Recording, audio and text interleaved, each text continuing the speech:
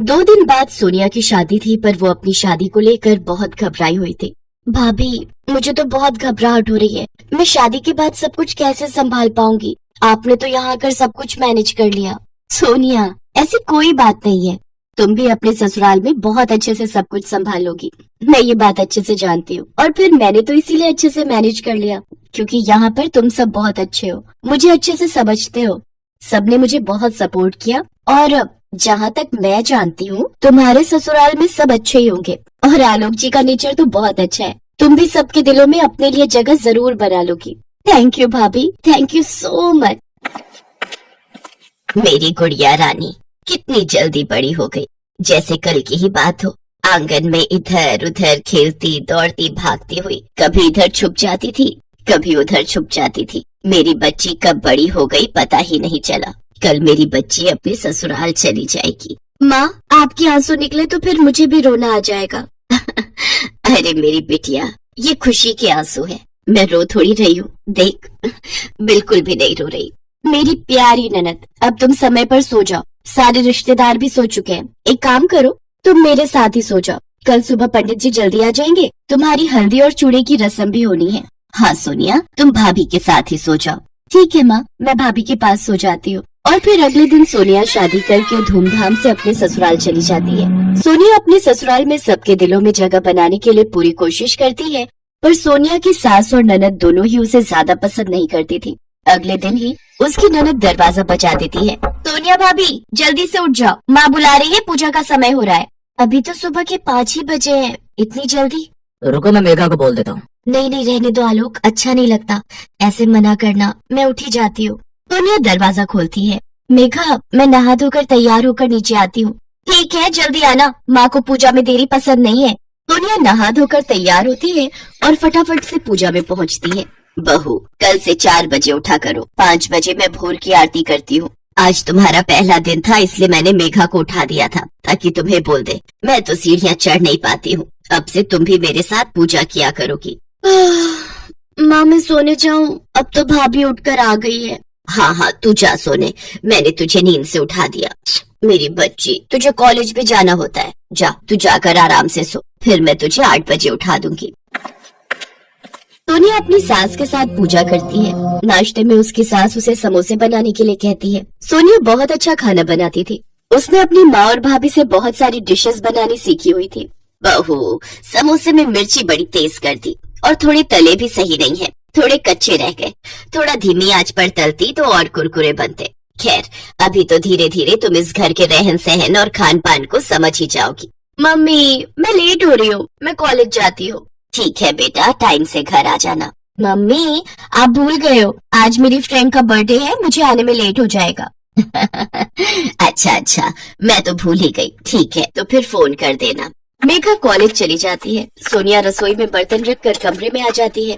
सोनिया, मैं जानता हूँ समोसे बिल्कुल ठीक बने थे, तुम्हें किसी को भी कुछ प्रूफ करने की जरूरत नहीं है। माँ और मेघा धीरे धीरे तुम्हारे साथ एडजस्ट कर पाएंगी, मैं उनके नेचर को जानता हूँ।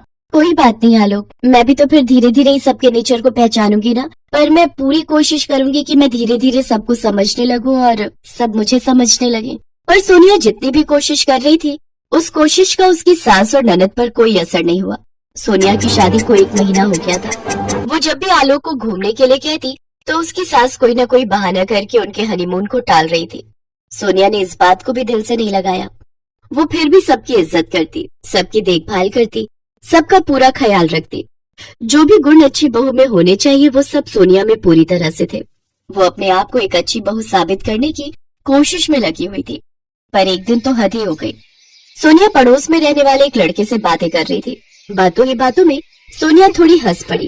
कॉलेज से आते हुए उसकी ननद मेघा ने उसे एक लड़के से बात करते हुए देख लिया और जाकर सीधा ये बात अपनी माँ को बता दी।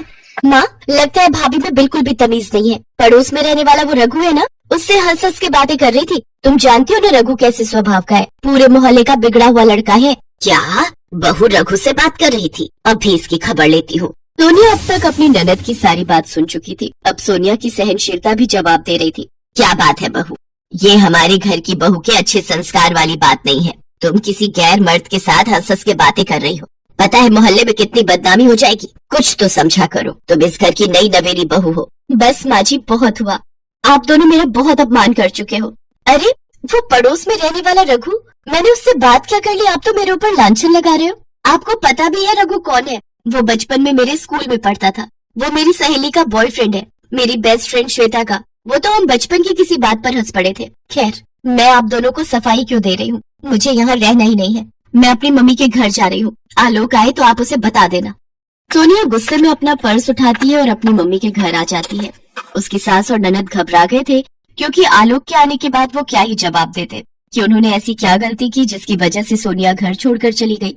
उधर सोनिया भी रोते हुए अपनी माँ और भाभी को सारी बात बताती है। भाभी, मैंने उस घर में आपकी तरह जगह बनाने की बहुत कोशिश की, पर नहीं। माँ जी और मेघा, उन दोनों ने मेरा अपमान किया, मेरे चरित्र पर उंगली उठाई। क्या आपको लगता है कि मुझे उस घर में रहना चाहिए, वापस जाना चाहिए? सोनिया, रो मत मेरी प्यारी ननद। मैं आलोक जी से बात करूंगी। तुम्हारे भैया और मैं दोनों मिलकर उनसे बात करने जाएंगे। बहू बिल्कुल ठीक कह रही है। अरे हमने अपनी बेटी दी है तो ये थोड़ी है कि हमारा कोई सम्मान नहीं है। हमने अपनी बेटी को अच्छे संस्कार दिए हैं और वो मेरी बेटी पर इस तरह के लांछन लगा रही है। सोनिया, तुम्हें वहाँ जाने की कोई जरूरत नहीं है। अब पहले बात होगी तभी तुम वहाँ जाओगी। उधर आलोक भी अपनी माँ और बहन पर बहुत गुस्सा होता है। तुम्हें पता भी है मेघा, मैं जानता हूँ रघु को वो सोनिया के बचपन का दोस्त है, और खैर कुछ भी हो, वो मेरी पत्नी है। उस पर मैं अपने आप से भी ज्यादा विश्वास करता हूँ। मैं सोनिया को पिछले 3 साल से जानता हूँ। उसके जैसी बहू शायद ही आपको मिलती। अब आप दोनों को उससे माफी मांगनी होगी। सोनिया मेरी पत्नी है, उसका सम्मान करो माँ। वो इस घर की बहू है। मेघा, वो तुम्हारी भाभी है। तुम उसे इज्जत नहीं दोगी तो और कौन देगा? अगर तुम्हारे साथ शादी के बाद ऐसा ससुराल में सुलूक हो तो क्या तुम अपने ससुराल में एक दिन भी रह पाओगी? नहीं ना। तो सोचो सोनिया के दिल पर क्या बीतती होगी। वो बेचारी तो चुपचाप तुम सबसे थोड़ा प्यार पाने के लिए तरस रही है, पर तुम दोनों उससे बिल्कुल भी ठीक से बात नहीं करती हो। तू ठीक कह रहा है बेटा, हमसे बहुत बड़ी गलती हो गई। सॉरी भैया। माँ, हम दोनों को भाभी से माफी मांगनी चाहिए। चलो हम भाभी को लेकर आते हैं, हम उनसे माफी मांगेंगे। सोनिया की सास और ननद उसे लेने के लिए आती है और उससे माफी मांगती है। सबके कहने पर सोनिया उन्हें माफ कर देती है और खुशी खुशी इज्जत के साथ अपने ससुराल के लिए विदा होती है।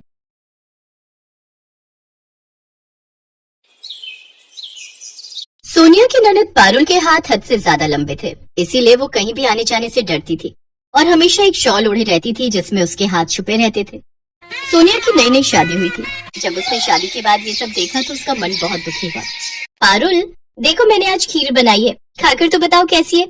माँ जी ने मुझे कहा कि शादी के बाद मैं पहली रसोई में खीर बनाऊं, तो तुम्हारे लिए भी ले आई। नहीं भाभी, मुझे नहीं खानी, अभी थोड़ी देर बाद खा लूंगी। अच्छा कोई बात नहीं, ठीक है, मैं यहाँ रख जाती हूँ, तुम खा लेना। ये पारुल ने अपने हाथ क्यों छुपा रखे? पारुल, तुम्हारे हाथ में कोई चोट लगी है? तुम अपने हाथों को क्यों छुपा रही हो? शादी के समय भी तुमने शॉल ढकी हुई थी। अब नहीं नहीं, चोट कोई नहीं लगी। अभी आप जाओ भाभी, मुझे बहुत सारे काम है, मुझे पढ़ाई करनी है। ठीक है, मैं जाती हूँ।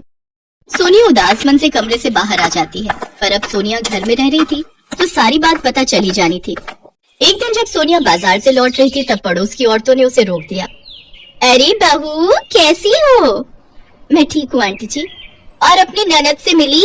उसे देखकर डरी तो नहीं? मैं कुछ समझी नहीं आंटी जी। मेरा मतलब है अपनी ननद के लंबे हाथों को देखकर तुम घबरा तो नहीं गई? वैसे तो पूरा मोहल्ला ही उससे डरता है, ना जाने अपने लंबे हाथों से कब किसकी गर्दन दबा दे। तुम बचकर रहना, देखने में बहुत अजीब सी है वो। अरे कैसी बातें कर रही हो विमला बहन? अब बहू घर में आई है तो सबसे पहले ये बात उसे ही पता चली होगी। ये बात हम तुम क्या ही बता रहे, क्यों बहू? आंटी जी, मुझे घर पर जरूरी काम है, मैं चलती हूँ। पड़ोसियों की बातें सुनकर सोनिया थोड़ा घबरा जाती है और घर पहुंचकर उसे सारी सच्चाई पता चली जाती है। पारुल, रो नहीं, तुम्हारे साथ जो भी हुआ है ये सुनकर मैं बहुत दुखी हूँ। तुम्हारे साथ ये सब कैसे हुआ? तुम्हारे हाथ इतने लंबे क्यों हैं? भाभी, आज से 2 साल पहले मैं अपनी सहेलियों के साथ घूमने के लिए हिल स्टेशन पर गई थी। जब हम वहाँ पर पहुँचे तो रात हो चुकी थी। हम लोगों ने एक होटल किराए पर ले लिया। अरे पारुल, अच्छा खासा होटल तो मिल रहा है, तुझे यहाँ क्या परेशानी दिखाई दे रही है? तुम ध्यान से देखो, यहाँ पर जितना भी स्टाफ है उनके हाथ इतने लंबे क्यों हैं? मुझे तो इनके हाथों को देखकर डर लग रहा है। अरे पागल, हो सकता है इनके हाथ ऑटोमेटिक लंबे हो, इन्हें कमरे तक जाना ही ना पड़ता हो, यहीं से हाथ को कमरे तक पहुंचा दिया। सही कह रही है रजनी, मुझे भी ऐसा ही लग रहा है। आप लोगों के कमरे की चाबी? हाँ दीजिए। चल यार, बहुत थक गए, अब जल्दी से कमरे में चलकर चेंज करते हैं, कल सुबह घूमने निकलेंगे। सोनिया भाभी, वो होटल बहुत अजीब था, वहाँ पर सारे स्टाफ मेंबर्स के हाथ बहुत ही लंबे थे। मुझे उन्हें देखकर बहुत अजीब लग रहा था, पर मेघा और रजनी को ये सब मजाक लगा। मुझे अच्छे से याद है जब मेघा और रजनी रिसेप्शन पर खड़ी लड़कियों के हाथ देखकर हंसी थी तो उन लड़कियों को गुस्सा आ रहा था। हम तीनों कमरे में पहुंचे तो एक लड़का हमारे कमरे में कुछ जूस लेकर आया। अरे भैया, आप सबके हाथ तो इतने लंबे हैं, आप कमरे तक क्यों आए? आप वहीं से हमें जूस दे देते। मेघा, ऐसे किसी पर नहीं हंसते हैं, धीरे बोलो, उससे अच्छा नहीं लगेगा। हाँ जी भैया, ये जूस हमने तो ऑर्डर नहीं किया था। मैडम, ये हमारे होटल का स्पेशल जूस है। हमारे यहाँ जितने भी लोग आते हैं हम सबसे पहले उन्हें अपने होटल का ये स्पेशल जूस ही देते हैं। अच्छा, क्या बात है, देखने में तो बहुत ही टेस्टी जूस लग रहा है। थैंक यू भैया, हम लोग पी लेंगे। उसके बाद हम लोगों ने वो जूस पी लिया। वो बिल्कुल नॉर्मल जूस था, जैसे सारे जूस होते हैं, पर अगले ही दिन मुझे अपने हाथों में कुछ फर्क दिखाई दिया। क्या हुआ पारुल, तू बार बार अपने हाथों की तरफ क्यों देख रही है? पता नहीं, तुम्हें अपने हाथ थोड़े लंबे नहीं दिखाई दे रहे? मुझे तो महसूस हो रहे। अरे यार, हमने होटल में काम करने वाले सब लोगों के हाथ लंबे देखे हैं ना, इसीलिए तुझे वहम हो रहा है। अब चल जल्दी से बैग पैक कर, हमें घूमने के लिए निकलना है। बस भाभी। उसके बाद हम लोग वहाँ से निकल गए, पर धीरे धीरे मेरे हाथ बहुत लंबे होते चले गए। मैंने मेघा और रजनी से भी इस बारे में बात की भाभी, उन दोनों के भी हाथ बहुत लंबे हो गए। मुझे पूरा शक है कि उस होटल में जो हमने जूस पिया था ना, उसमें जरूर कुछ ऐसा मिला था जिससे हमारे हाथ लंबे हो गए। मेघा और रजनी के भी हाथ लंबे हैं भाभी, वो भी घर से बाहर नहीं निकलती। तो पारुल, तुम्हें उस होटल में पता करना चाहिए था, उस होटल के खिलाफ पुलिस को बताना चाहिए था। सोनिया बहू, बताते तो तब ना जब उस होटल में ऐसा कोई स्टाफ मिलता। उस होटल में लंबे हाथों वाला कोई स्टाफ नहीं था। बहू, पुलिस को किसी पर भी शक नहीं हुआ। ये कहानी बहुत घूमी हुई है, जिसकी वजह से मेरी बच्ची आज ये दुख झेल रही है। मुझे दाल में कुछ काला दिखाई दे रहा है। माँ जी, मुझे थोड़े दिन का टाइम दीजिए, मैं इस गुत्थी को जल्दी सुलझा लूंगी। मैं अपनी ननद को ऐसे दुख में जीते हुए नहीं देख सकती। सोनिया ने ठान लिया था कि वो सच्चाई तक जरूर पहुंचेगी, इसीलिए शादी के बाद वो हनीमून पर उसी हिल स्टेशन पर जाती है और वही होटल बुक करती है। सोनिया, तुम कैसे सच्चाई का पता लगाओगी? हम दोनों अकेले हैं और यहाँ बहुत रिस्क है। हमने पुलिस को भी खबर नहीं की है। चिंता मत करो अनिल, मैंने सब प्लान कर लिया है। मेरी इंस्पेक्टर साहब से बात हो गई है। मुझे जरा सा भी शक होगा तो वो यहाँ मौजूद रहेंगे। मैं तुम्हें सब समझाती हूँ। इंस्पेक्टर जोशी हमारे साथ वाले रूम में ही ठहरे। वो भी बहुत दिनों से इस गुत्थी को सुलझाने के लिए लगे हुए थे। फिर मेरी उनसे बात हुई, पापा उन्हें जानते थे, उन्हीं के साथ प्लान करके मैं यहाँ तक आई हूँ। पर जो स्टाफ पारुल को दिखाई दिया था, जिनके लंबे हाथ थे, वो स्टाफ अभी दिखाई नहीं दे रहा। गेट पर कोई है, मैं खोलता हूँ। हमारे होटल की तरफ से आप दोनों के लिए ये केक है। जब भी कोई नए कपल आते हैं तो उनको हमारे होटल की तरफ से ये केक दिया जाता है। अच्छा, बहुत बढ़िया, थैंक यू। केक देखने में तो बहुत सुंदर है। इस लड़के के हाथ लंबे थे, तुमने ध्यान दिया? सोनिया, मैंने उस पर ध्यान नहीं दिया, मेरा ध्यान तो केक पर था। नहीं, अभी ये केक हम नहीं खाएंगे, इसे रख दो। अब मेरे साथ बाहर होटल टहलने के लिए चलो। इसके बाद सोनिया और अनिल बिना केक खाए बाहर होटल में जाते हैं। बस थोड़ी देर में ही ये दोनों भी हमारी तरह लंबे हाथ वाले हो जाएंगे। मैं उन्हें केक देकर आया हूँ जिसमें वो दवाई मिली है जिससे हाथ लंबे हो जाते हैं। सही किया। इन लोगों को ये पता ही नहीं है कि लंबे हाथ वाला स्टाफ सिर्फ रात में ही ड्यूटी करता है, और जो भी रात में इस होटल में आता है वो अपने हाथ लंबे करके ही जाता है।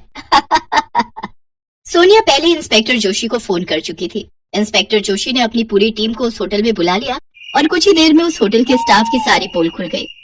हमें माफ कर दीजिए, हमसे गलती हो गई। गलती हो गई? आज तुम्हारी वजह से मेरी अपनी ननद दुख से गुजर रही है। तुम लोगों ने ये गलत दवाई खिलाकर मेरी ननद और उसकी सहेलियों के हाथ लंबे कर दिए। तुम लोग ऐसा क्यों करते हो? हम ऐसा इसलिए करते थे ताकि हमारे होटल में लोगों की भीड़ लगे। हमारे लंबे हाथ वाले स्टाफ को देखकर ज्यादा से ज्यादा लोग आए, इसलिए हमने एक ऐसी दवाई ली जिससे हमारे हाथ लंबे हो गए। और धीरे धीरे ये लंबे हाथ हमारी परेशानी बनने लगे। लोग हमसे डरने लगे और हमारे होटल में सबने आना बंद कर दिया।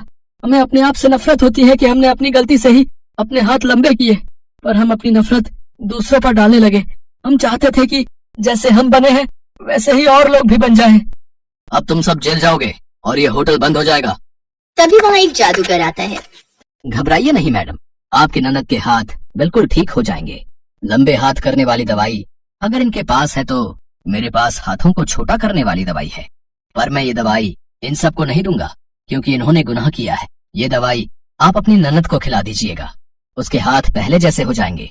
मैं भी इस होटल में इसी रहस्य को जानने के लिए आया था क्योंकि मेरी खुद की बहन के साथ ऐसा हादसा हो गया, पर मेरे पास तो ये दवाई थी, मैंने उसे ठीक कर दिया था। पर मैं चाहता था कि और लोगों के साथ ऐसा गलत ना हो और इनकी सच्चाई सबके सामने आ जाए।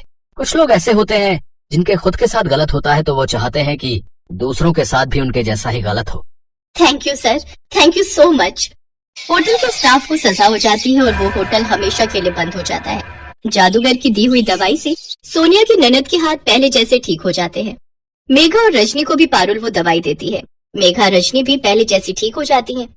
आज सोनिया के कारण उसकी ननद पारुल के हाथ बिल्कुल ठीक हो गए थे और उसके जीवन में खुशियां फिर से लौट आई थी। थैंक यू भाभी, थैंक यू सो मच, मेरी प्यारी ननद।